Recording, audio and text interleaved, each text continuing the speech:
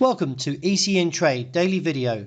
Before we begin, it should be noted that any advice is of a general nature only and that your personal circumstances have not been taken into consideration. Hello everyone, my name is Rob Clayton and thank you for joining me.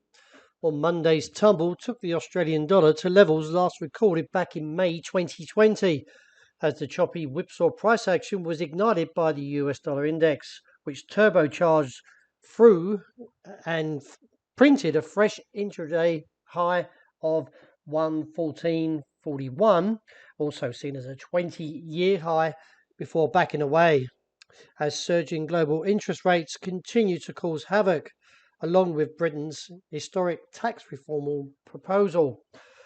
Looking at the economic data ahead, we've got the US Federal Reserve to deliver a speech Tuesday and Wednesday, and no doubt we might see a little bit more turmoil when it comes to the dollar index whipsaw price action and also for the rest of the currencies.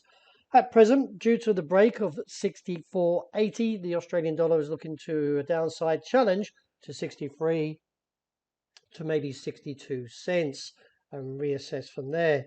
Looking to the top side, resistance comes in around 65.25.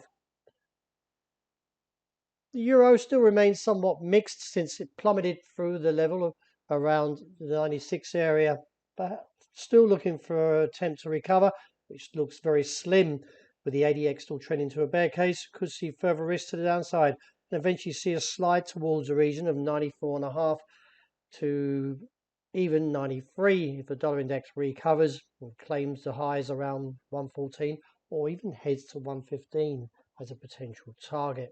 The dollar yen, well, the market still remains somewhat fixated on that top side around 145. However, I still feel the Bank of Japan is lurking above here, and no doubt we may see another intervention, and if so, could see the market plummet.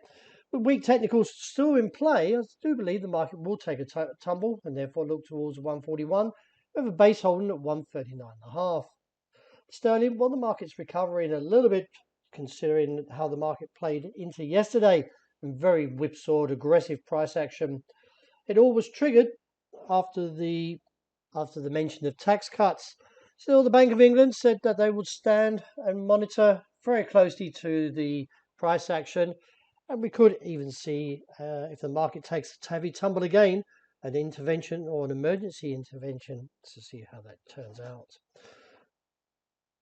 At present, though, I still will hold a neutral view for the sterling because it's just too whippy and too, in point of view, too much to the extent that trading will be very hard and a very high risk scenario.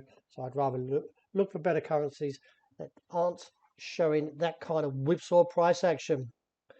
Finishing up with gold and oil, well, the market is still very much holding to a negative case since the recent break to the downside, and therefore could look towards 1,580 to 88 as a potential target.